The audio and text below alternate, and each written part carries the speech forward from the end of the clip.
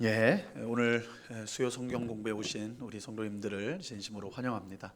오늘 휴일인데 잘 보내셨어요? 잘 보낸 분 반, 못 보낸 분 반 같은데 이 밤에 하나님께서 말씀을 통해 또한 우리에게 귀한 은혜를 주실 줄로 믿습니다. 오늘 초대교회 이야기 두 번째 이야기인데요. 오늘 우리 방금 읽은 사도행전 2장 말씀은 우리가 읽은 본문은 초대교회 성도들이 어떻게 모였는가, 어떻게 모임을 가졌고 예배하고 교제를 나누었는가를 보여주는, 그래서 가장 아마 2000년 교회 역사 속에서 가장 아름다운 교회의 모습을 가진 것으로 보여주는, 어떻게 보면 또 교회의 원형을 보여주는 본문이라고 할 수가 있습니다. 그래서 오늘은 이 초대교회 예배하고 또 이제 우리가 예배에서 가장 중요한 부분 중에 하나가 말씀인데, 이 성경을 우리 초대교회가 어떻게 받아들였는가라는 것들을 우리가 이제 잠시 살펴보도록 하겠습니다. 자, 먼저 1번 나눠드린 유인물을 보세요. 초대교회 예배. 1번, 초대교회 예배는 신약시대에 만들어진 것이 아니라 하나님께서 이스라엘 민족에게 알려주신 예배 전통에 기반을 두고 있습니다. 우리가 항상 꼭 기억해야 될 것은, 우리가 하나님을 예배한다고 했을 때에 우리가 스스로 하나님은 이렇게 예배하면 기뻐하실 거야, 이렇게 할 수가 없다라는 것입니다. 항상 우리가 믿는 하나님은 우리를 초월해 계시는 하나님이시기 때문에 인간의 지식으로 하나님을 제대로 알 수가 없어요. 하나님의 뜻을 알 수가 없고 하나님이 기뻐하시는 것이 무엇인지를 알 수가 없습니다. 그럼 우리가 어떻게 알 수 있느냐? 하나님이 알려주셔야 돼요. 하나님이 절대자이시고 초월자이신 하나님이 우리에게 알려주셔야지 우리가 하나님 앞에 합당한 예배, 또한 하나님이 기뻐하시는 삶을 살아갈 수가 있습니다. 그래서 이렇게 하나님이 우리에게 알려주시는 것을 조금 어려운 말로 계시라고 그래요. 계시라는 말이 좀 이단들이 많이 사용하고 또 계룡산에 있는 분들이 많이 사용해가지고 좀 오해하기가 쉬운데, 이 계시라는 말은 하나님께서 자신을 열어서 우리에게 보여주셨다라는 뜻이에요. 그래서 우리가 계시가 없으면 사실은 우리가 하나님을 알 수도 없고 하나님을 예배할 수도 없고 하나님이 기뻐하시는 것이 무엇인지도 알 수가 없습니다. 그래서 기독교는 계시의 종교예요. 하나님께서 우리에게 알려주셨기 때문에, 자신을 알려주시고 자신을 어떻게 예배해야 될지를 알려주시고 자신의 뜻이 무엇인지를 알려주셨기 때문에 이 기독교가 성립이 되는 겁니다. 우리가 하나님을 예배하고 하나님의 뜻이 무엇인지 알고 거기에 이제 순종할 수가 있는 것이죠. 이 예배가 그 속에 들어가 있습니다. 그래서 우리가 마음대로 예배하면 되는 것이 아닙니다. 하나님께서 우리에게 알려주신 대로 예배를 드려야 합니다. 그래서 우리가 이제 보통 종교성, 우리 이제 보통 종교성을 말할 때 가장 이제 많이 사용되어지는 문구가 지성이면 뭐죠? 지성이면 건성이다, 이렇게 하시면 안 돼요. 지성이면 감천이다 그러죠. 감천. 하늘이 감동을 받는다. 하늘이 감동을 받는다. 이게 사실은 모든 이 종교의 가장 핵심적인 거예요, 그죠? 그래서 대부분의 종교는 이 지성이면 감천이다가 다 통합니다. 그래서 정성껏 절을 하든지. 그래서 옛날 우리 조상들은 이제 뭐 가정에 문제가 있거나 뭐 자녀에게 문제가 있거나 그러면 새벽에 일어나 가지고, 그죠? 목욕을 하고 정한수라는 게 깨끗한 물, 그죠? 그걸 떠놓고 달을 보면서 막 빌거든요. 그럼 왜 새벽에 일어납니까? 피곤한데, 그죠? 왜 새벽에 몸을 씻어요? 귀찮게? 왜 물을 그냥 아무거나 떠면 되지? 그거 정성껏 떠가지고 합니까? 지성이면 감천이기 때문에 그래. 우리 속에 그런 게 들어가 있어요. 그래서 이런 종교성이 있단 말이에요. 그래서 우리가 이제 예수님을 믿어도 이 지성이면 감천이다가로 믿을 수가 있어요. 그래서 열심히 합니다. 근데 열심히 하는 건 너무너무 귀한 거예요. 우리 성경에도 주를 섬기되 열심을 품고 섬기라고 했으니까 맞는 거예요. 그러나 이 열심보다 더 이전에 더 우리가 분명히 가지고 있어야 되는 것은 하나님이 알려주신 대로 열심을 가져야 되는 거예요. 하나님이 알려주신 대로. 그래서 우리가 하나님을 예배한다고 할 때 우리가 성경을 통해 하나님에게 우리에게 계시해 주신, 알려주신 예배의 방식을 따라야 된다. 결국 이 성경이 우리가 하나님을 예배하는 방식을 알려주는 것이다는 거죠. 그래서 우리가 성경을 통해 하나님을 예배하는 것을 배워야 됩니다. 그래서 우리가 이제 초대교회 예배라는 것은 갑자기 초대교회가 생기면서 예배를 그럼 우리가 이제 예배를 드리십시다. 우리 예수님 믿으니까 예수님을 어떻게 예배할까요? 이래서 만들어진 게 아닙니다. 이미 구약 시대에 뿌리를 두고 하나님께서 구약 시대에 주신 계시를 근거로 해서 이스라엘 백성들의 예배를 드렸던 것을 기반으로 하여서 초대교회 예배도 진행됐다는 걸 알 수가 있어요. 자, 그런데 예수님이 오기 전에 모든 것은 실체가 아닌 그림자였기 때문에 우리 히브리서가, 여러분들 히브리서가 사실은 히브리서가 아마도 이제 학자들은 이 히브리서는 유대인들에게 쓴 편지인데, 어떤 유대인이냐? 이제 예수님을 믿게 된 유대인들이라는 거예요. 예수님을 믿게 된 유대인. 그런데 예수님을, 그러니까 이제 유대 전통에 대해서 잘 알아요. 구약 성경에 대해서 잘 압니다. 그래서 히브리서를 여러분이 보시면 구약 성경 인용을 많이 해요. 그러니까 이거는 이 편지를 받는 사람들이 유대인이구나, 성경에 익숙한 사람들이구나, 이걸 알 수가 있는데, 이제 그 히브리서에서 가장 강조하는 것이 그 이스라엘 백성 유대인들이 그것을 보는데, 어떤 유대인들이냐? 지금 히브리서를 받는 유대인들이 핍박이 오니까, 신앙적 어려움이 오니까 다시 유대교로 돌아가려고 하는 거예요. 다시 유대교로. 그래서 히브리서를 써가지고 너희가 다시 돌아가면 안 돼. 예수 그리스도가 우리가 이전에 믿었던, 유대인들이 믿었던 하나님이 주셨던 것은 그림자고, 예수님이 오셔서 그게 실체가 된 거야. 그러니까 너희 유대교로 다시 돌아가면 안 돼. 이전으로 돌아가면 안 돼. 이 목적을 갖고 히브리서를 쓴 거거든요. 그러니까 히브리서를 보면 구약과 신약이 연속적이면서도 예수 그리스도를 통해서 이제 완성이 되었다는 것을 강조하는 것이 히브리서입니다. 그래서 히브리서에는 이전에 우리 이제 이스라엘 백성들이 드렸던 예배나 하나님을 섬기는 것이 그림자라고 설명을 하고, 이제 예수 그리스도가 오신 이후로 우리들은 그 그림자가 아닌 실체를 갖게 되었다. 이렇게 이제 히브리서는 강조하고 있습니다. 그래서 신약 시대에 이르러서 온전한 예배가 시작되었다, 이렇게 말할 수가 있습니다. 그러니까 구약 성경에서 하나님의 백성들이 하나님 예배한 것이 부족하거나 잘못됐다, 이 말은 아닙니다. 그러나 그건 한계가 있어요. 예수 그리스도가 오시기 전이기 때문에. 예수님이 오심으로 하나님의 충만한 계시가 이루어진 겁니다. 그러니까 그 이전에는 이제 뭐라고 할까요? 이제 그림자로서, 또한 일부분으로서의 그런 모습이었다면, 예수 그리스도가 오시면서 충만한 것이 된 거죠. 그래서 히브리서에서도 말하는 것처럼 우리가 참으로 복된 자다, 이렇게 말을 하는 거예요. 이전 구약 백성들은 약속을 받았지만 우리는 실체를 받은 사람들이다, 이렇게 이제 설명을 하는 겁니다. 그래서 우리가 구약 시대에 드렸던 예배의 연속이면서도 예수 그리스도 때문에 오셨기 때문에 완성된 예배, 온전한 예배를 드리는 것이다 할 수가 있습니다. 자, 예수님이 그 말씀을 하셨어요. 요한복음 4장 23절 말씀인데, 우리 굵은 글씨로 된 아버지께 같이 한번 읽어볼까요? 시작. 아버지께 참되게 예배하는 자들은 영과 진리로 예배할 때가 오나니 곧 이때라. 아버지께서는 자기에게 이렇게 예배하는 자들을 찾으시느니라. 곧 이때라 그러죠. 이게 무슨 때인가? 예수님이 오신 때예요. 그러니까 예수님이 오심으로 판도가 바뀐 거예요. 이제 그 이전까지는 그림자 시대였는데 예수님이 오심으로 실체가 이루어졌어요. 그래서 하나님을 예배하는 것도 온전한 예배를 드릴 수가 있게 된 것입니다. 그래서 이런 점에서 우리 전에 이제 우리 수요 성경 공부 때 구약의 제사 배웠잖아요. 그 구약의 5가지 우리 제사에 대해서 배웠는데, 그 5가지들이 모두 예수 그리스도께서 십자가에서 죽으신 그 십자가 사건을 히브리서는 제사 사건으로 영단번에 단 한 번이지만 영원한 효력을 가진 제사라고 표현을 하거든요. 그래서 이 구약에 있었던 하나님을 예배하고 섬겼던 그 제사 제도가 결국 예수 그리스도를 통해 완성이 되었다라고 말을 한 겁니다. 이처럼 구약 시대 예배와 신약 시대 예배는 연속성에 있지만 예수 그리스도 때문에 이 신약 시대가 온전한 예배를 드릴 수 있게 되었다. 이런 점에서 신약 백성인 우리는 얼마나 감사한가. 물론 우리는 이제 천국에 가면 더 온전한 예배를 드리겠죠. 그것은 우리가 이제 변할 것이기 때문에.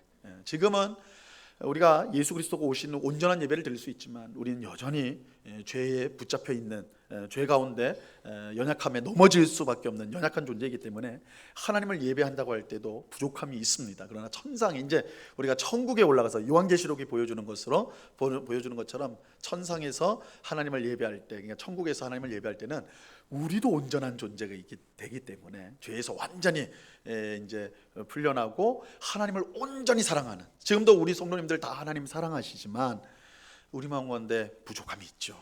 하나님을 향한 온전히 하나님께 헌신한다고 그러지만 온전한 헌신을 드리지 못해요. 그죠? 우리의 부족함이 있습니다. 그런데 천국에 가면, 우리가 부활하면, 천국에 들어가면 완전히 영광스럽게 변화될 것이기 때문에 그때 우리가 드리는 예배는 지금 우리가 드리는 예배와는 차원이 다른, 정말 하나님의 선하심과 인자하심과 그 영원하심을 100% 경험하며 드리는 예배를 드리는 예배자로서 그렇게 살게 될 것입니다. 그래서 너무 걱정하지 마세요. 천국에 가면 예배만 드린다면서요. 걱정하는 분들이 계시다. 목사님, 천국에 가면 예배만 드린다면서요. 가야 될지 안 가야 될지 심히 고민이 됩니다. 이런 분들이 특히 남자 성도들 중에 있는데 걱정할 필요가 없어요. 예배가 가장 큰 기쁨이 될 것입니다. 어떻게 예배가 가장 큰 기쁨이 되죠? 이건 이루 말할 수 없는, 왜냐하면 이 예배라는 것이 우리가 그냥 이 땅에서는 우리가 설교 듣고 이렇게 찬송하고 이런 것들이 우리의 부족함 때문에 제약들이 많아요. 근데 천국에서는 하나님의 사랑을 100% 받습니다. 우리의 사랑을 100% 하나님을 드릴 수 있습니다. 그러니까 사실은 이게 묘사하기는 어려운 건데 그냥 상상만으로도 얼마나 그 사랑과 또한 하나님의 은혜를 경험하는 것이 얼마나 충만할까 생각을 하면 그 예배라는 것이 이 땅에서 경험하는, 우리가 이 땅에서 경험한 예배 가운데도 은혜를 받지만 그것과 비교할 수 없는 그런 은혜와 영광을 누리는 것이 천상의 예배가 될 것이다. 그래서 꼭 기대하시면서 우리가 천국을 기대해야 될 이유 중에 하나는 하나님 앞에 온전한 예배를 드리는, 하나님을 기쁘시게 하는 그 예배 가운데 하나님의 사랑을 충만히 받는 그 예배 시간이 있다. 그 예배를 드린다. 이것들을 우리가 이제 기대해야 되는 것이죠. 자, 우리 이제 초대교회 예배를 대해서 살펴보는데, 먼저 그렇다면 이 연속성을 생각하면 이제 유대인들이 드렸던 예배를 우리가 잠시 한번 보도록 하죠. 유대인들의 회당에 대해서 우리가 좀 볼 텐데요. 우리 성경에도 회당이 많이 등장하죠. 회당이란 말 많이 나옵니다. 유대교는 회당 중심이었습니다. 그래서 이 회당이란 말이 시나고게라고 하는데, 쉰이 함께라는 뜻이에요. 그리고 아고는 모이다. 그래서 시나고게는 모임이란 뜻이에요. 모임, 사람들이 모이는 거. 그러니까 여러분, 이게 교회도 마찬가지예요. 교회도 마찬가지고 이 회당도 마찬가지고 건물을 가지고 그렇게 말하지 않습니다. 그렇죠? 모임이에요. 성도들의 모임이 회당이었고, 유대교에서는 교회도 성도들의 모임이에요. 그러니까 유대교도 그렇고 기독교도 그렇고 언제나 하나님의 백성이 중심이다.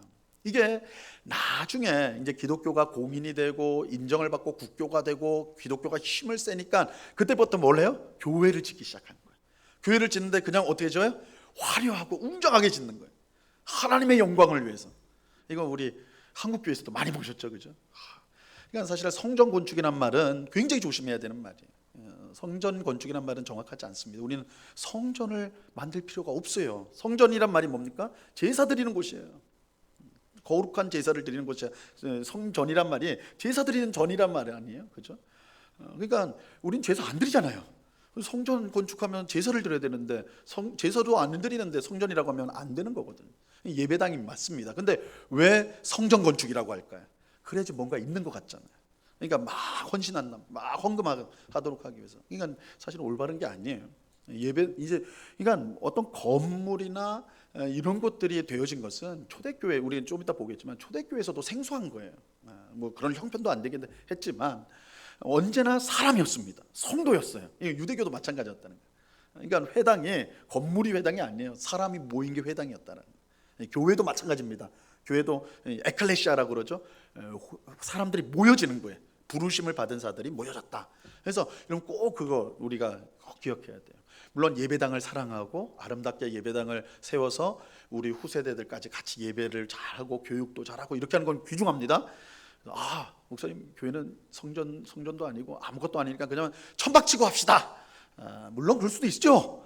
뭐 못하겠습니까? 근데 그렇게 되면 이제 우리 자녀들이 좀 불편할 거 아니에요. 교회 가기 싫어요. 막 이러면 안 되잖아요, 그죠? 그러니까 우리가 예배를 또 하나님 앞에 정성껏 드릴 수 있는 장소, 아이들을 교육할 수 있는, 또 친교 나눌 수 있는 이런 의미에서의 예배당은 중요한 겁니다. 꼭 필요한 것이겠죠. 그러나 그 이상의 어떤 의미를 준다는 것은 옳지 않은 거예요. 이거는 유대교에서도 기독교에서도 생각지 못한 거예요. 생각지 않고 성도가 중요하다. 꼭 중요합니다. 그래서 이 교회 성장이라는 것은 예배당이 커지는 것이 아니라 뭐가 성장하는 거예요? 성도들의 믿음이에요. 성도들의 믿음이 성장하는 교회가 큰 교회예요. 훌륭한 교회예요. 우리가 꼭 이 사람 중심이라는 것, 성도 중심이라는 걸 꼭 기억하셔야 됩니다. 자, 유대교는 회당 중심이었습니다. 원래는 성전 중심이었죠. 원래는 성전 중심이었습니다. 그런데 기원전 586년경, 7년 6년경에 바벨론에 의해서 멸망당할 때 이 예루살렘 성전이 무너져 버렸어요. 물론 이제 다시 한 6, 70년 후에 포로로 잡혀갔던 유대인들이 돌아와 가지고 성전 건축을 다시 합니다. 그 성전을 제2성전이라고 불러요. 혹은 수룹바벨 성전. 이제 지도자가 수룹바벨이었기 때문에 수룹바벨 성전 혹은 제2성전이라고 부르는데, 이제 성전이라고 성전이 다시 지어지긴 합니다. 그게 이제 완전히 무너진 게 이제 예수님 승천하신 후에 AD 주후 70년경에 로마 장군 디도가 와가지고 다 무너뜨려 버려요. 그때부터 이제 지금까지 없습니다. 성전이 없는데, 어쨌든 이렇게 이제 바벨론에 의해서 성전이 무너진 이후에 이스라엘 백성들이 온 세계로 뿔뿔이 흩어집니다.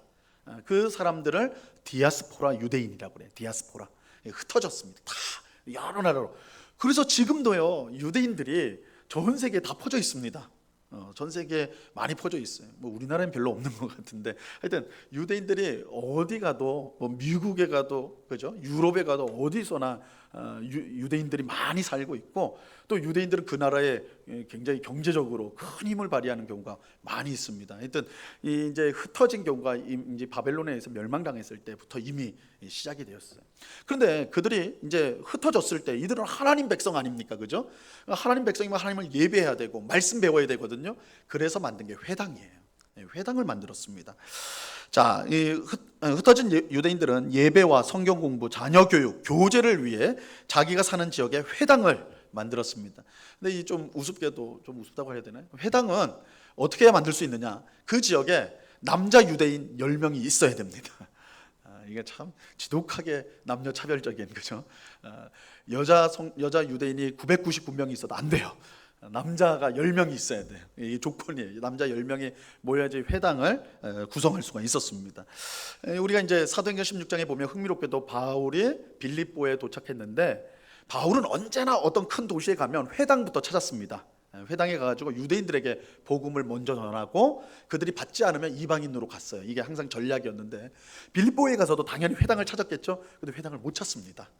회당을 못 찾고, 그래서 안식일에 이제 강가에 나가서 이제 기도할 곳을 찾다가 여인들을 만나죠. 거기서 자주 장사 사업가인 루디아를 만나가지고 그에게 복음을 전하고, 거기서 이제 빌립보 교회가 루디아의 집에서 아마도 이제 시작이 되는데, 어쨌든 이 빌립보에는 그런 겁니다. 회당이 없었다는 것은 10명의 유대인이 없었다는 거예요. 남자 유대인이. 뭐 그렇게 이제 생각할 수가 있는 것입니다.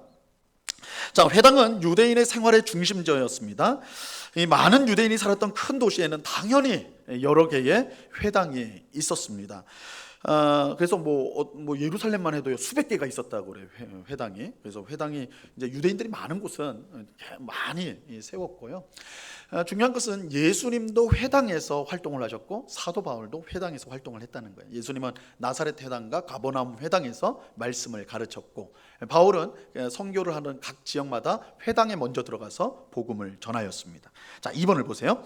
회당은 평범한 건물이었고, 자, 이게 교회랑 굉장히 흡사한 부분이 많습니다. 교회처럼 의자가 있습니다. 이런 구조예요. 의자들이 쫙 있고, 앞부분에는 이 강대상이 있고 옆에 의자들이, 그러니까 이렇게 생각하시면 돼요. 여기 비슷합니다. 강대상이 있고 여기 의자들이 있어요. 그러니까 이 회당 구조도 비슷해요. 물론 이게 이제 학자들마다 조금 달라지는데, 이 고대 사회의 회당에 대해서 어떤 학자는, 어떤 이제 그 고대에 기록한 사람은, 역사가는 가운데에 이제 강대상이 있었다라고도 말을 해요.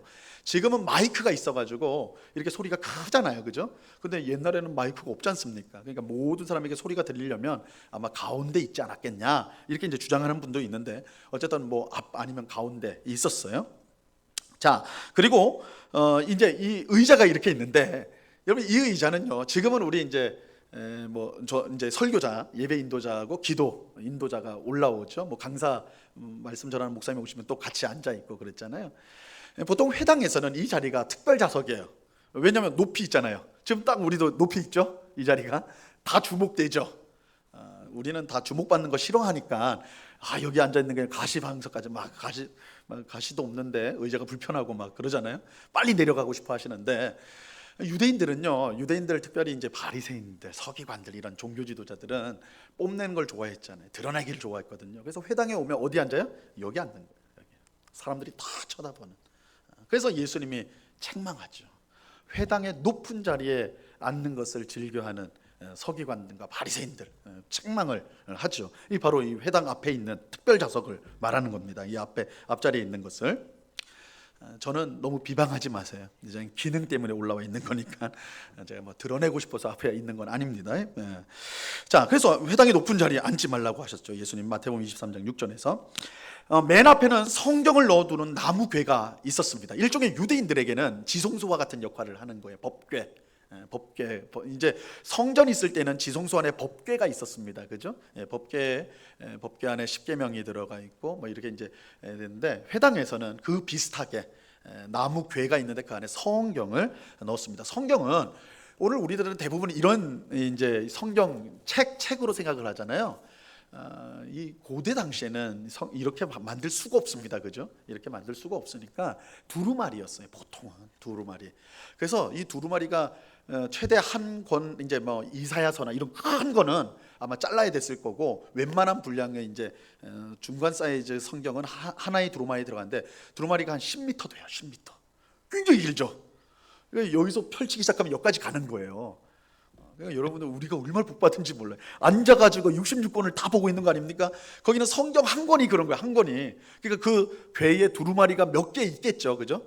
모든 성경을 다 갖고 있는 회당이 얼마나 있었을지 모르겠어요. 굉장히 광대한 부분이에요. 그러니까 어디를 읽겠습니다 그러면 딱 나와서 쫙 펴는 거예요. 쫙 펴가지고 이제 그 손가락 있어요. 황금 손가락처럼. 그래서 어디 읽는 부분을 탁 가리키는 거예요. 이렇게 가리켜가지고 여기부터 읽는다고. 이런 식으로 했어요. 이런 식으로. 그러니까 이 회중석에 있는 여러분들은 다 성경책 다 들고 있지만 회당에는 또 초대교회도 마찬가지입니다. 사실 이거는 중세교회까지도 마찬가지예요. 인쇄가 발전이 돼서 성경책이 생산되기 전까지는 다 마찬가지예요. 회중석에는 성경이 없습니다. 성경을 우리 성도들이 갖기 시작한 것은 불과 500년 정도밖에 안 돼. 그러니까 우리가 굉장히 축복의 시대를 살아가고 있는 겁니다. 그러니까 성경을 어디서 배울 수 있냐? 회당밖에 없어요. 성경을 어디서 들을 수 있냐? 회당밖에 없습니다. 그렇죠? 초대교회도 마찬가지예요. 교회에 와서 듣는 겁니다. 이렇게 이제 되는 거예요. 그러다 보니까 이 회당의 예배의 중심은 말씀이었어요. 성경을 읽는 것이 많은 중심이었습니다. 자, 회당은 제사가 중심인 성전과 달리 말씀 중심이었습니다. 이건 회당에선 제사를 드릴 수가 없으니까. 자, 이것은 주후 70년 로마에 의해 성전이 무너졌을 때 성전을 중심으로 활동했던 사두개인들과 제사장들, 우리 예수님 이야기를 보면 사두개인들 나오죠. 사두개인들은 아마도 이 사독의 후손들로 보여지는데 이름이 비슷하잖아요, 그죠? 사두개인 하면 사독은 제사장이었어요. 그러니까 이 사두개인들은 제사장 그룹들이고 성전 귀족들이었어요. 성전 귀족. 그러니까 성전을 중심으로 하는 높은 지위에 있던 사람들. 그러니까 성전에서 나는 이익들을 가지고 살아가는 사람이에요. 이 제사장만 그런 것이 아니라 이 사두개인들도 그런 사람들이었습니다. 종교 지도자들로서. 그런데 성전이 무너졌을 때, 성전이 무너지면 성전으로 활동하던 사람들이 뭘 해요? 할 수 있는 게 없죠. 그래서 사두개인들 그리고 제사장들이 사라지게 돼요. 사라지게 됩니다. 우리 성경에 보면 그들이 중심이 있잖아요, 그죠? 대제사장이 예수님 십자가형 받는데 주도적인 역할을 하지 않습니까? 그런데 성전이 무너진 후에는 이들이 기능이 할 데가 없는 거예요. 성전 자신의 일할 곳이 사라져 버린 거예요. 사라졌어요. 대신 예수님이 항상 늘 비판하셨던 바리새인들은 율법 중심이었거든요. 성경 중심이었어요. 그러니까 이들은 성전이 없어도 얼마든지 활동할 수 있는 거예요. 성경이니까, 그죠?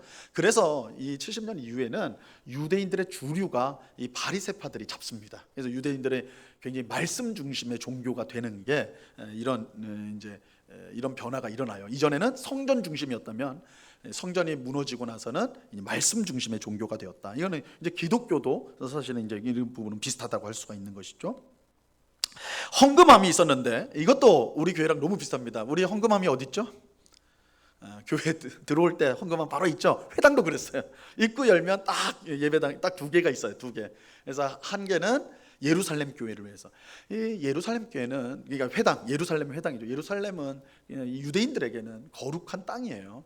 하나님께서 자기 이름을 두시는 성소입니다. 거룩한 장소입니다. 그래서 거기를 위한 헌금을 했고, 나머지 한 헌금은 자기 공동체 안에서 사용할 수 있도록 지역을 위해서 헌금을 하였습니다. 이거는 이제 성전도 마찬가지입니다. 성전은 무너졌지만 성전도 헌금함이 어디 있냐? 입구에 있었어요. 입구에.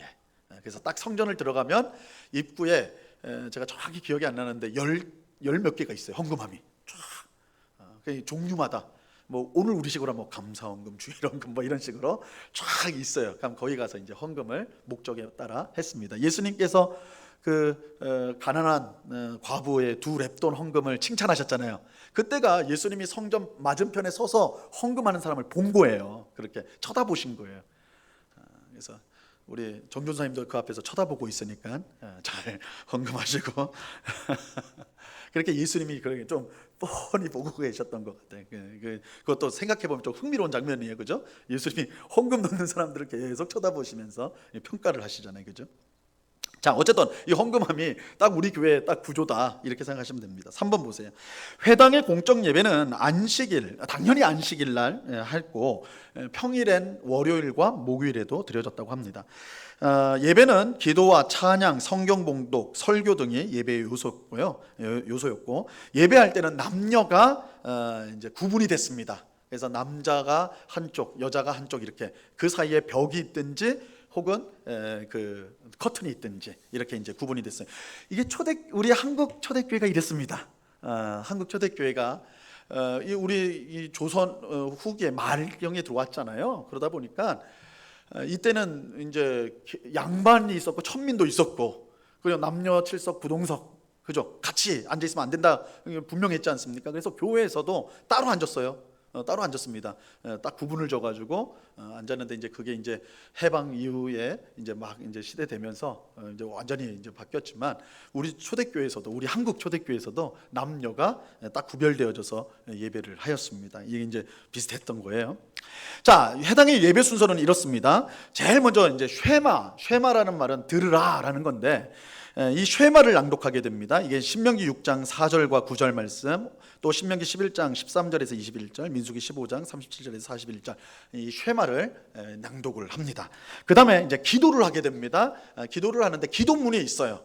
기도문이 있는데 대표적으로 18개의 축복과 감사 기도가 있었습니다. 18개의, 그러니까 18개로 구성되어 있는 거예요. 굉장히 길죠. 근데 그 내용은 이제 유대인들은 아직도 메시아가 안 온 거잖아요, 그죠? 우린 예수님을 메시아로 믿지만, 그러니까 그들은 메시아가 빨리, 다윗의 자손이 빨리 와서 예루살렘이 회복시켜 주시고, 성전 다시 회복시켜 주고, 다윗의 장막을 다시 세워 주십시오, 그 내용이에요. 그래서 18개의 축복과 감사의 기도가 있었고, 그거를 이제 기도를 합니다. 그다음에 세 번째는 율법을 낭독을 합니다. 이거는 이제 보통 3년 과정이에요. 그래서 우리가 율법이라고 그러면, 구약 성경이 깜짝 퀴즈, 몇 권이죠? 구약 성경이?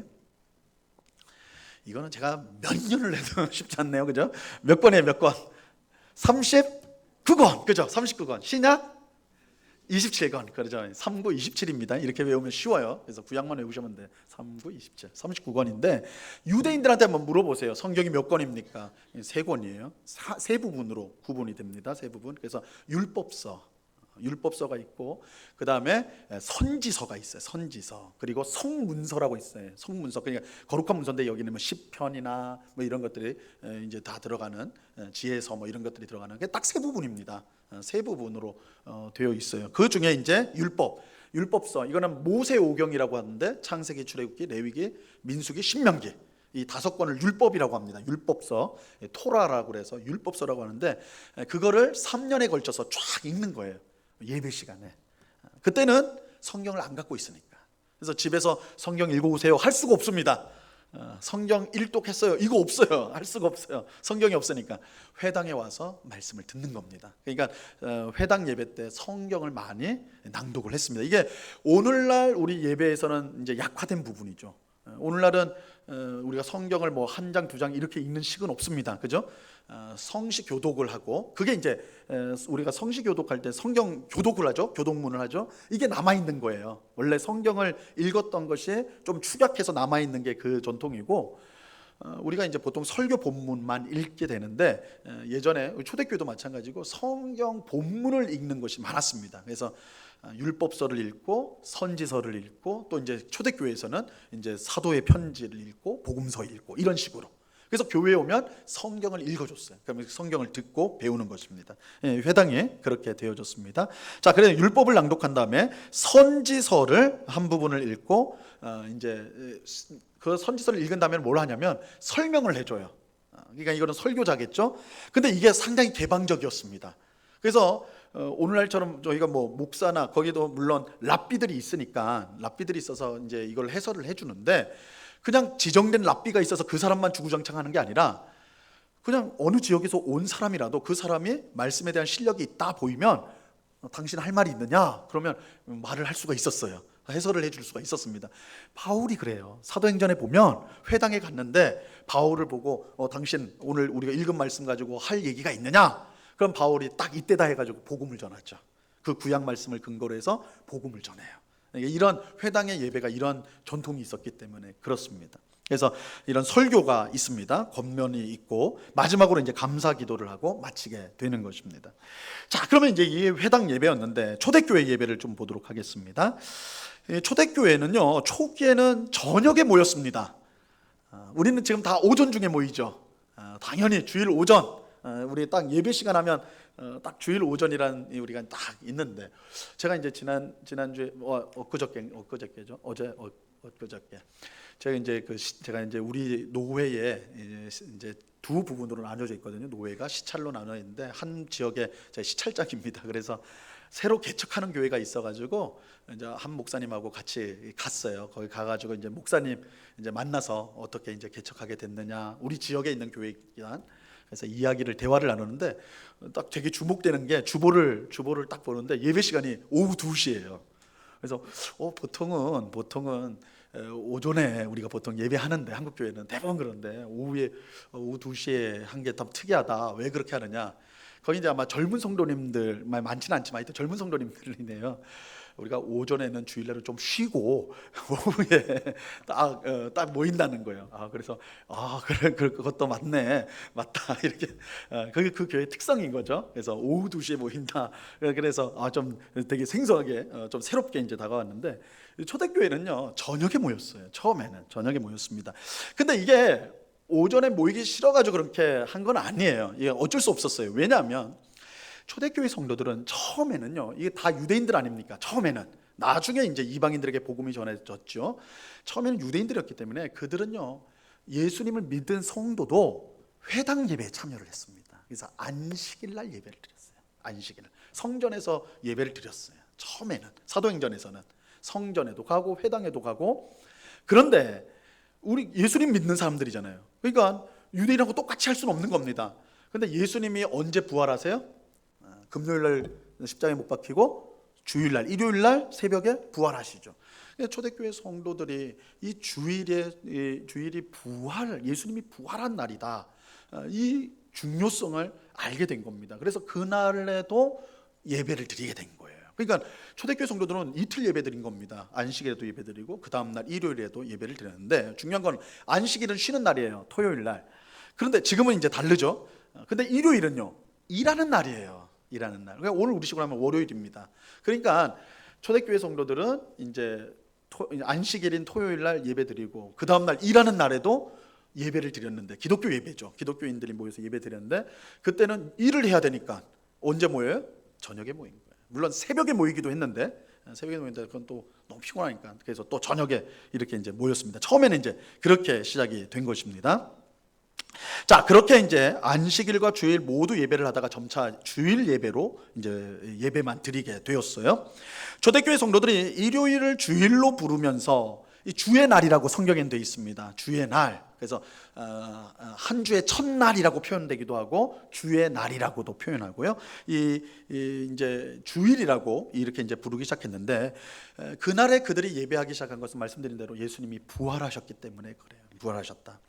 예수님의 부활은 하나님의 새 창조 역사이며, 그죠? 죽은 자가 살아났다는 것은 이거는 새 창조예요. 재창조라고 할 수도 있겠지만 새로운 창조 역사가 일어나는 거예요. 그래서 안식일이 창조 때, 처음 창조 때 창세기 1장에서 안식일이 제정이 되는데 예수님의 부활을 기독교인들은 새 창조의 날로 보았던 거예요. 그래서 그날을 기독교인의 안식일, 주님의 날이라고 부르면서 그날 예배하기 시작한 것입니다. 그러니까 이제 굉장히 신학적으로 생각을 한 거예요. 그래서 주일은 새 창조의 날이다. 새 창조의 날이다. 새 창조가 시작된 날이다. 이렇게 되는 것입니다. 그래서 기독교인의 안식일은 일주일의 마지막 날이 아니라 이 안식일은 마지막 날입니다. 왜냐하면 하나님께서 첫날부터 여섯째 날까지 창조를 하시고 그 다음 날 쉬셨다. 일을 마치고 쉬었다 했잖아요. 마지막 날이 안식일이 되는 거예요. 근데 그 다음 날, 한 주의 첫날, 부활이 예수님의 부활이 있었던 날이거든요. 한 주의 첫날이 주님의 날이 되는 거예요. 그러니까 이전의 안식일은 일주일의 마지막이었다면 주일은요, 일주일의 시작인 겁니다.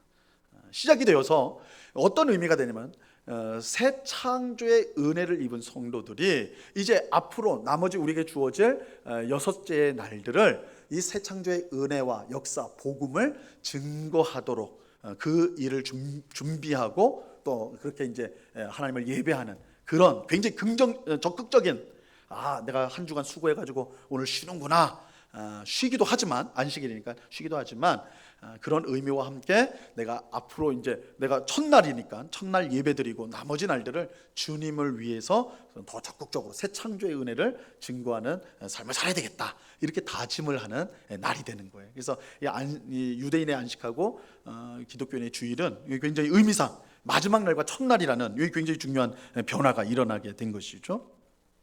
자, 2번을 보시면요, 초대교회 성도들은 대략 150년, 주 150년입니다. 주 150년 이후부터 주일 아침에 모여 예배를 했던 것 같습니다. 이때는 이미 이제 유대교랑은 결별이 됩니다. 완전히 결별이 돼서 이제 기독교인들만의 이제만 예배를 드리는 거예요. 예배는 2부로 진행됐는데, 우리 교회도 1, 2부로 드리는데 초대교회도 그랬군요. 이건 좀 달라요. 이 유대인들의 1부 예배는 말씀 예배입니다. 쉽게 말해서 우리 보통 하는 설교 중심의 예배였고요. 2부 예배는 성찬 예배입니다. 성찬. 그래서 말씀 예배는 누구나 들을 수가 있었습니다. 오고 싶은 사람들, 세례를 받든 안 받든 상관없이 다 들을 수 있는데, 2부 예배 성찬 때는 세례를 받은 사람만 그 예배에 참여할 수가 있었어요. 그래서 이런 구분되어서 1, 2부로 구분이 되어졌습니다. 설교는 장로나 감독이 미리 준비해야 했고 일반 성도가 하기도 하였습니다. 성찬 예배는요, 슬픔과 회개보다 기쁨과 감사가 넘쳤어요. 이것도 우리가 잘 좀 생각을 해봐야 돼요. 우리 보통 성찬식 가면 예수님 얼마나 나 때문에 고통당했나, 얼마나 힘드나, 막 이런 거 생각해서 막 슬픈 마음을 앞세우는데, 초대교회 성도들은 너무나 기쁨 가운데, 그러니까 초대교회 성도들은 예수님의 십자가 죽음을 굉장히 중요하게 생각했지만 그것보다 그 부활의 가치를 더 높이 생각한 거예요. 그래서 이 성찬을 들 때는 기쁨과 감격, 주신 구원에 대한 감사가 훨씬 크게 있었던, 그래서 기쁨의 시간이었다. 성찬은 굉장히 기쁨과 감사가 넘쳤다. 자, 흥미로운 사실은 성도들이 무덤에 모여 성찬식을 거행하는 풍습이 있었다는 거예요. 이건 좀 무시무시하죠. 무덤에서 성찬을 하였습니다. 그래서 이 전통이 생겼다고 그래요. 카타콤이라고 들어보셨죠? 카타콤이라는 게 그 지하 무덤 있잖아요. 그래서 아마 우리 성도님들 많이 이제 다큐멘터리나 이런 것들을 보시면 초대교회 성도들이 핍박을 피해 가지고 지하로 들어가서 무덤 지하로 들어가 가지고 거기서 생활하면서 거기서 예배하고 생활하고, 그래서 카타콤은 기독교 핍박에 대한 증거고 증거의 신앙을 아주 잘 보여주는, 고난에 굴하지 않은 그런 기독교인의 신앙을 잘 보여주는 것이다, 이렇게 생각을 하는데, 사실 그렇기도 합니다. 이제 3세기 정도, 그러니까 200년에서 300년 사이에는 로마 제국의 대대적인 핍박이 있었어요. 계속은 아니지만 간헐적으로 아주 강력한 핍박이 있었습니다. 그때는 도망가야 되니까, 피해야 되니까 실제로 무덤 속으로 들어가 가지고 피하기도 했고 거기서 생활하기도 했고, 그래서 지금도 아마 이제 로마나 이런 이제 가시면 이 카타콤이 있습니다. 그 지하 무덤이 엄청나게 크다고 그래요. 저는 가보지 못했기 때문에 더 자세히 설명 못하지만 그림으로 보니까, 사진으로 보니까 엄청 크대요. 그래서 거기 잘못 들어가면요 헤매다가 죽을 수도 있대요, 실제로. 그래서 함부로 들어가면 안 된다고 하더라고. 너무 커가지고 막 또 미로처럼 막 돼 있답니다. 이게 이제 거기에 이제 기독교인들이 들어가가지고 이제 핍박을 피하고 막 그렇게 해요. 그래서 그 로마의 근교에 있는 아피온 대로라는 유명한 길이 있습니다. 그 지하에 카타콤이 있는데 거기는 베드로나 사도 바울 그리고 베드로의 딸의 무덤도 거기에 이제 순교자로서 기록이 되어 있다고 그래요. 그 벽면에. 그래서 순교 이제 우리가 그래서 이제 카타콤을 다 순교와 고난과 핍박 이렇게 이제 기억을 하는데, 근데 이제 교회 역사가에 의하면 처음부터 그런 것이 아니고, 이게 왜 카타콤 이게 생겼냐면 성찬을 이제 우리 이제 거룩한 성도들, 우리 신앙의 선배들, 정말 신앙생활 열심히 했던 특별히 순교자들의 무덤에서 성찬을 하는 거. 그러면 그 신앙을 본받기도 하고, 또 한 가지는 교회가 산자의 교회가 아니라 죽은 자와 산자 모두의 교회라는 거예요. 죽은 자는 천상에 있으니까, 그죠?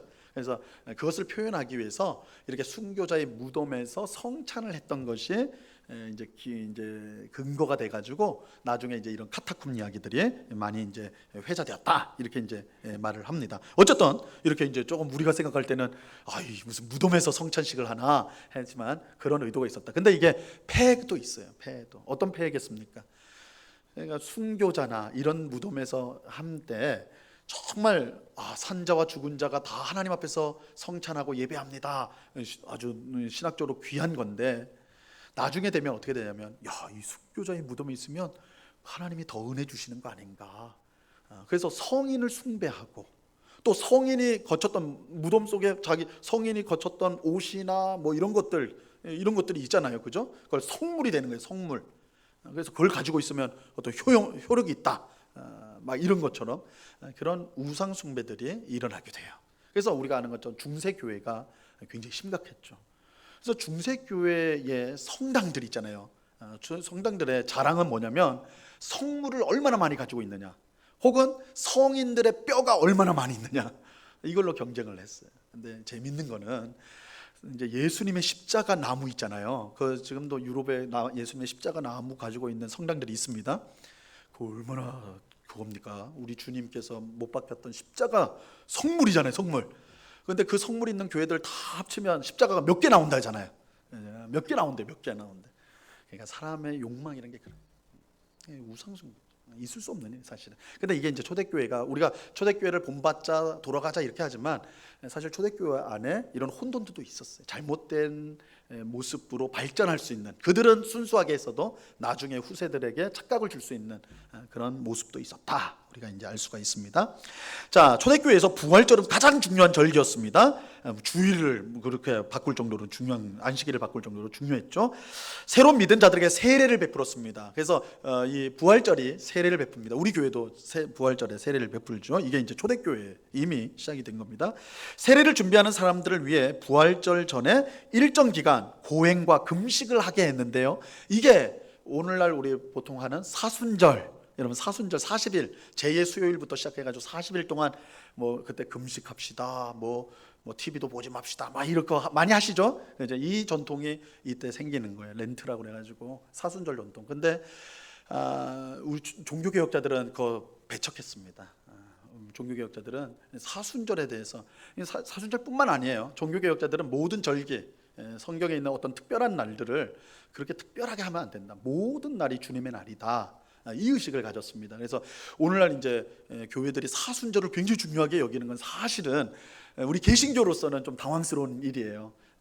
개신교 종교개혁자들은 사순절을 배척을 했습니다. 왜냐하면 중세교회에서 이 사순절이 굉장히 또 이제 또 고행과 뭐 금식 이런 것들을 통해서 공로를 쌓는 식으로 되어졌기 때문에, 이해가 되었기 때문에 종교개혁자들은 그걸 다 타파를 해버렸죠. 근데 오늘 시대에는 또 이제 거꾸로 가는 거예요. 그래서 TV 보지 맙시다, 뭐 먹지 맙시다, 막 이렇게 돌아가는 거예요. 그래야지 내가 뭔 걸 좀 한 것 같고, 내가 좀 더 거룩해진 것 같고 이렇게 되니까, 그러니까 이게 역사를 우리가 지금 이렇게 배우는 게 이런 것들이 반복이 된다는 거예요. 우리가 제대로 보지 않으면. 그래서 우리 이제 이 사순절도 그렇다. 여러분, 우리 교회에서는 이제 세례 교육을 이제 4주 시킵니다.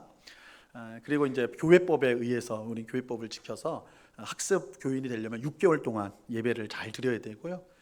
그리고 이제 학습 교인이 되면 또 이제 6개월 동안 이제 예배 잘 드려야 되고 또 세례 교육을 이제 받습니다. 사주를 또 받는데 그러니까 뭐 총 한 10주가 안 돼요. 한 8, 9주 뭐 10주 정도 돼요. 이게 보통 교회들이 많이 그럽니다. 우리 교회도 짧은 게 아니더라고요. 보니까 한 주, 2주 하는 교회도 있더라고요. 근데 그거는 너무했다 싶은데, 그러면 초대교회에서는 세례자 교육, 세례 교육 얼마나 시켰을까요? 어느 정도 했을 것 같습니까? 세례 교육을 얼마나 했을 것 같아? 몇 주, 몇 달, 얼마 정도 됐을까요? 2년에서 3년을 했습니다. 2년에서 3년. 2년에서 3년을 세례 교육을 시켰습니다. 왜 그럴까요? 그 당시가 핍박 시기였어요. 핍박 시기였기 때문에 언제든지 믿음을 버릴 수 있다고 생각을 한 겁니다. 그래서 2, 3년 동안 철저하게 이 배교의 가능성을 생각하면서 아주 철저하게 신앙 교육을 시켰어요. 그래서 굉장히 세례를 받았다라는 것은, 그럼에도 불구하고 세례를 받았음에도 불구하고 이제 배교자들이 분명히 있었죠. 우리 나중에 이제 우리 배교자에 대한 주제도 있는데, 그건 이제 내용을 볼 때 핍박에 대한 내용을 볼 텐데 있지만, 그러나 초대교회가 그 극심한 고통, 이제 핍박 기간을 견뎌낼 수 있었던 것은 이런 세례 교육을 굉장히 철저하게 시켰던 것도 하나의 요인이었다, 이렇게 할 수가 있습니다. 자, 3번을 보세요. 예배 의식은 설교와 성경 봉독, 기도, 찬송, 신앙 고백 등에 포함되었습니다. 회당이랑 굉장히 비슷하죠. 회당 예배와 비슷하다. 회당 예배처럼 구약 성경을 낭독했습니다. 그러니까 기독교인들은 구약 성경을 그대로 성경으로 받아들였어요. 그대로 받아들였습니다. 구별되는 점이 있는데, 유대인들은 당연히 구약 성경만 말했지만 초대교회에서는요, 사도들의 편지를 읽었습니다. 사도들이 쓴 편지를 읽었습니다. 그래서 골로새서 4장 16절 말씀 같이 한번 읽겠습니다. 이 편지를 시작. 이 편지를 너희에게서 읽은 후에 라오디게아인의 교회에서도 읽게 하고, 또 라오디게아로부터 오는 편지를 너희도 읽으라. 그렇죠? 이거 골로새에 보낸 편지거든요. 사도 바울이 골로새 교회 성도들에게 보냈습니다. 그런데 뭐라고 그래요? 내가 라오디게아 교회에도 편지를 썼는데 너희 서로 바꿔서 읽어라, 이렇게 하는 거예요. 그러니까 이 초대교회에서는 사도들이 쓴 편지를 예배 시간에 낭독을 했습니다. 이 당연한, 이 낭독할 수밖에 없는 거는 그거를 계속 복사를 할 수가 없잖아요. 그러니까 뭐 사도 바울이 막 100부, 1000부 이렇게 할 수 있는 게 아닙니다. 하나 써주면 그거 돌려서 보는 거예요. 돌려서. 나중에 이제 좀 여유가 되면 이제 그거를 쓰는 겁니다. 누가 필사자가 막 베껴 써서 자기 교회에 가지게 되는 거예요. 그러지 않고는 회람됩니다. 돌아가는 거예요. 그래서 여기에서 우리가 이제 증거를 볼 수가 있어요. 골로새에 간 편지가 그 옆에 있는 도시인 라오디게아로 가고, 라오디게아에 보낸 편지가 다시 골로새에서 와서 그 교회 성도들이 읽는 겁니다. 근데 이것을 통해서 사도들의 편지가 성경, 구약 성경처럼 그 권위를 가지고 예배 시간에 읽혀졌구나, 우리가 이제 그 증거를 볼 수가 있습니다. 자, 설교는 예수님의 생애와 하신 일을 선포했는데 그의 부활이 가장 중요한 설교 내용이었습니다. 기도는 간구와 도고, 도고라는 말은 굉장히 우리가 생소한 말인데요. 도고는 우리 보통 하는 말은 중보기도라고 우리가 보통 말을 하죠. 중보기도는 많이 흔하게 사용하죠.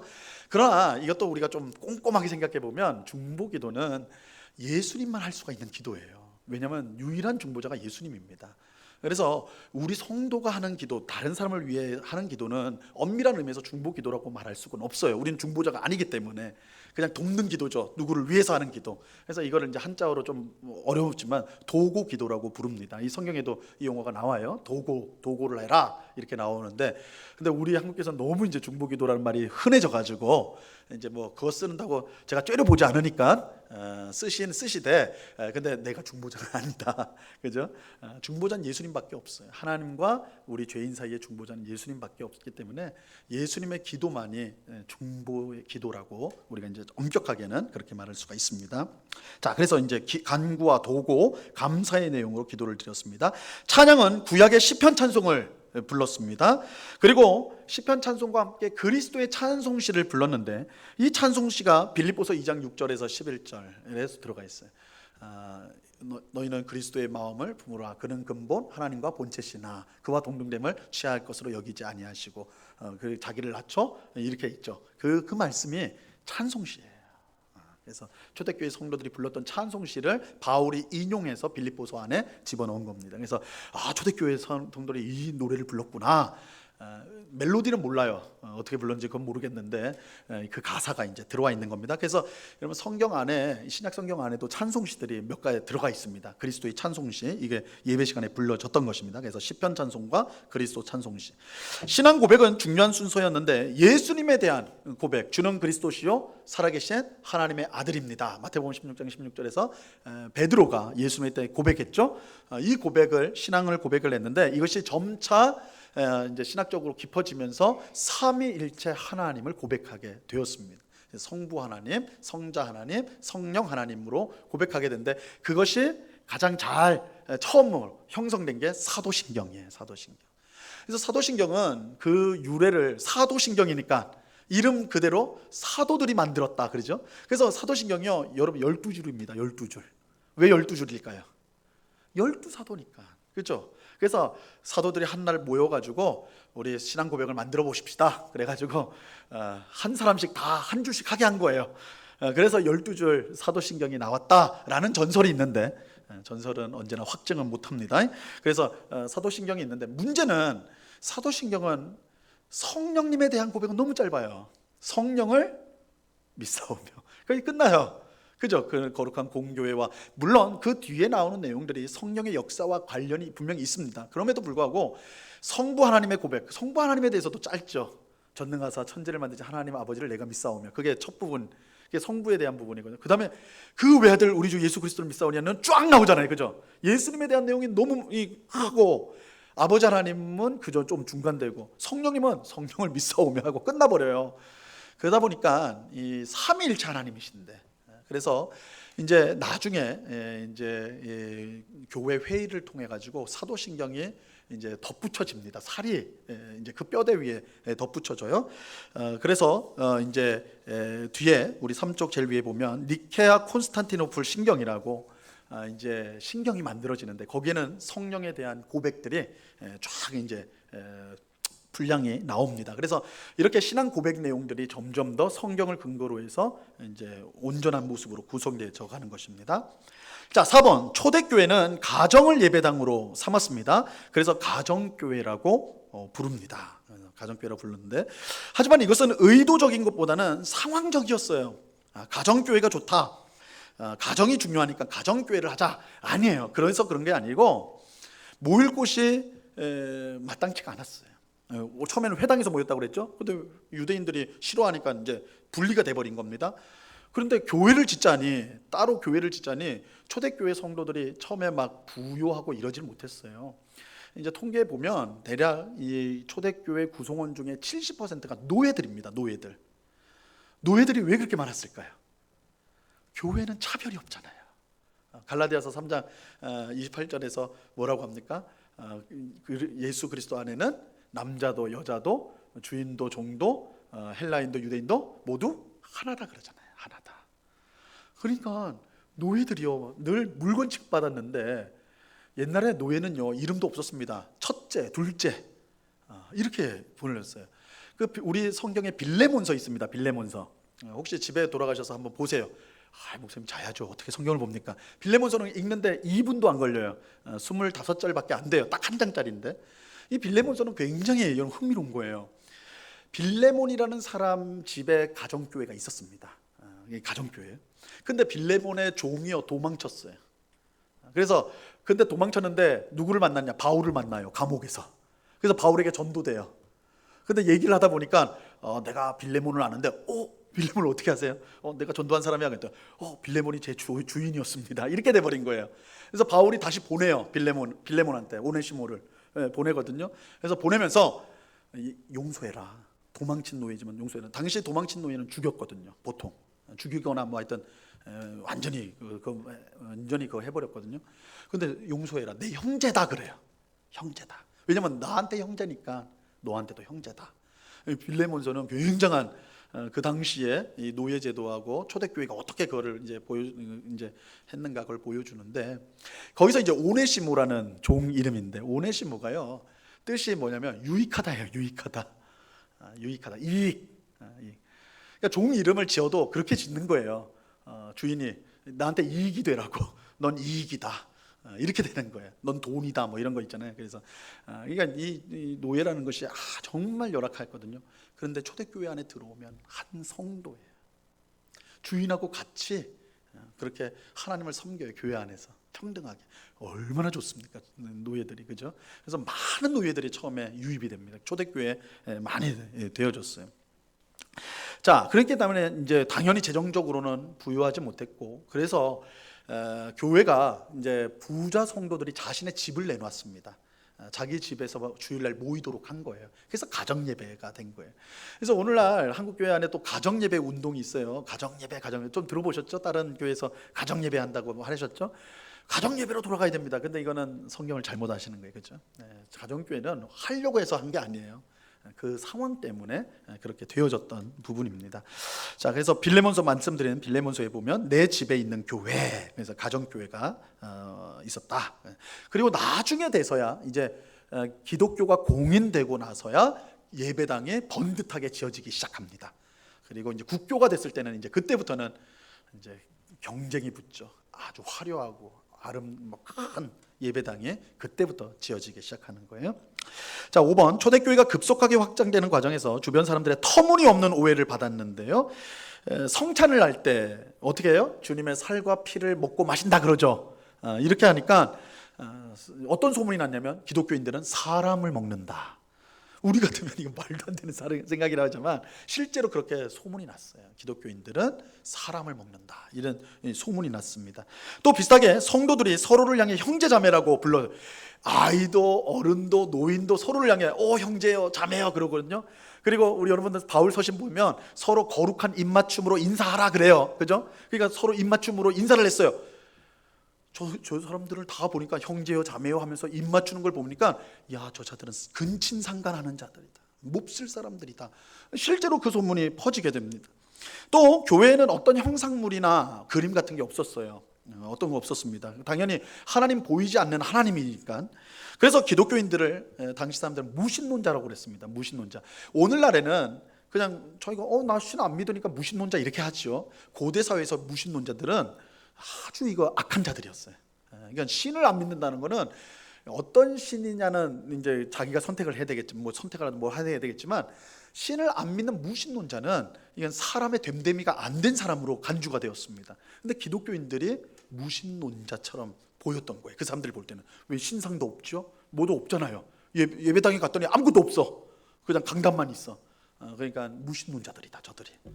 그래서 이러한 이유들이요, 실제로 초대교회 성도들이 핍박을 받는, 로마 제국으로부터 또한 주변의 사람들로부터 핍박을 받는 원인이 되기도 하였습니다.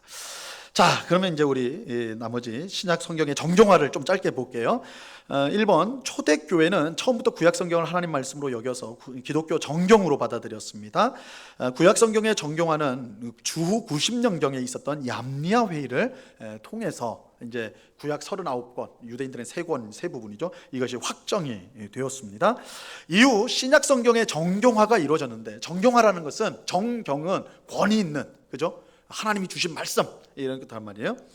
그래서 정경화가 이루어졌는데, 사도들의 편지는 여러 지역의 교회들이 회람하여서 예배 중에 읽혀졌고, 아까 우리 보았죠?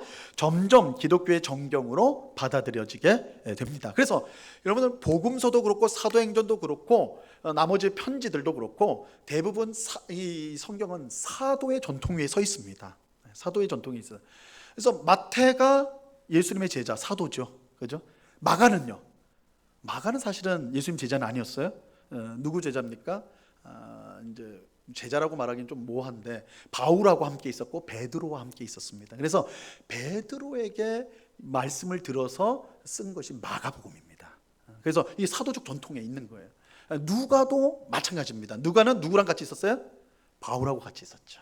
바울하고 같이 활동을 했습니다. 요한은 사도였죠. 그래서 이 사도적 전통 위에 이 성경들이 다 기록이 되었고 이제 그것이 정경으로 받아들여집니다. 자, 2번, 말시온이라는 사람이 있었는데요. 주유 144년에 누가복음과 10개의 바울 서신을 짜집게 한 것으로 정경 목록을 만들게 됩니다. 이걸 말시온 성경이라고 하는데요. 이 사람은 정통일까요? 이단일까요? 이단이겠죠, 당연히. 이 사람은 구약 성경 아니라고 그랬어요. 신약에서도 누가복음하고 바울서신 빼고는 성경 아니라고 그랬어요. 왜 그러느냐? 이 사람은 심판의 내용이 나오면 그건 다 하나님이 아니라고 그랬어요. 언제나 사랑의 하나님, 자비의 하나님만 나오면 그게 진짜다, 이렇게 생각을 했던 사람. 그래서 성경을 다 편집을 해버린 거예요. 근데 그러니까 얼토당토하는 사람인데 왜 이 사람이 그러면 이렇게 교회 역사에서 이름이 남겨졌느냐? 이 목록을 거의 최초로 제공한 사람이에요. 그 의미 때문에 그렇게 된 겁니다. 목록을 만들어 가지고, 성경 목록을 만들어서. 자, 또 타티안이라는 사람이 있는데요. 주 180년경에 사복음서를 편집한, 제가 이제 오타가 났습니다. 디아테사론이에요. 디아테사론. 디아테사론이라는 하는데, 디아는 테사로는 네 개라는 뜻이고요. 디아는 무엇을 통해, 그러니까 네 개를 통해, 사복음서를 통해라는 뜻입니다. 그래서 사복음서를 편집하게 됩니다. 그래서 그것 때문에 이제 이름이 이렇게 남겨져 있는 거예요. 이후에 2세기 후반에 이레니우스에 의하면, 이제 교부들인데, 이건 교부들은 다음에 한번 저희가 또 따로 보겠습니다. 신약 성경이 어느 정도 윤곽을 드러냅니다. 이레니우스는 사복음서와 13개의 바울서신, 베드로전서, 요한 1, 2서, 요한계시록, 허마스와 사도행전을 정경으로 여겼다. 여기서 허마스는 이게 뭐지? 이러죠. 이거는 정경 목록에서 탈락하게 됩니다. 나중에 들어오질 못해요. 그런데 이 사이에는 이 정경 목록에 들어오지 못했던 책들이 있었어요. 근데 그것들이 자연히 도태가 되고 지금 우리가 갖고 있는 27권의 성경이 이제 되어지는 겁니다. 자, 그게 언제 되냐면 3번 보세요. 현재 우리가 가진 대로의 신약 성경은 주 367년 아다나시우스에 의해 발표된 39번째 부활절 메시지에서 거기에 처음 등장합니다. 여기에 이제 27권의 정경 목록이 쫙 나오거든요. 이것을 서방교회와 동방교회가 그대로 그걸 받아들였습니다. 이 일은, 이제 이게 중요한 건데, 이 일은 교회 회의의 결의를 통해서 한 것이 아니고 자연스럽게 합의에 이르게 된 것입니다. 이것은 교회가 성경의 권위를 부여한 것이 아니라 교회가 성경이 하나님의 말씀인 것을 그대로 시인하고 그 권위에 순복한 것임을 보여주는 것입니다. 우리는 성경이 정경화되는 과정에서도 이러한 하나님의 섭리를 확인할 수가 있는 것입니다. 그래서 이렇게 하나님께서 27권의 성경을 우리에게, 이 교회에 주셔서, 우리 성도에게 주셔서 이 말씀을 통해 예배하고 또한 성도의 삶을 살게 하셨다, 이런 과정들이 있었다, 이렇습니다. 이렇게 마치겠습니다. 같이 기도하겠습니다. 하나님 아버지, 감사합니다. 초대교회 성도들의 예배의 모습들을 우리가 함께 살펴보았습니다. 아버지 하나님, 누구보다도 하나님을 사랑하였던 그들, 또한 철저하게 말씀을 통해 교육을 받고 또한 말씀의 중심에 섰으며, 또한 정말 하나님을 기쁘시게 하기에 몸부림쳤던 그들의 모습들을 우리가 이런 이야기들을 통해서 확인하게 됩니다. 오늘 우리의 모습들을 돌아보며 정말 하나님 앞에 온전한 예배, 또한 주님을 기쁘시게 하는 예배를 드리는 저희들 되게 하여 주옵소서. 또한 하나님께서 교회에 주신 가장 귀한 선물인 성경인 것을 우리가 분명히 알고 성경을 사랑하며 늘 배우며 익히는 일에 힘쓰는 주의 백성들 되게 하여 주시옵소서. 감사하며 예수님의 이름으로 기도드리옵나이다. 아멘.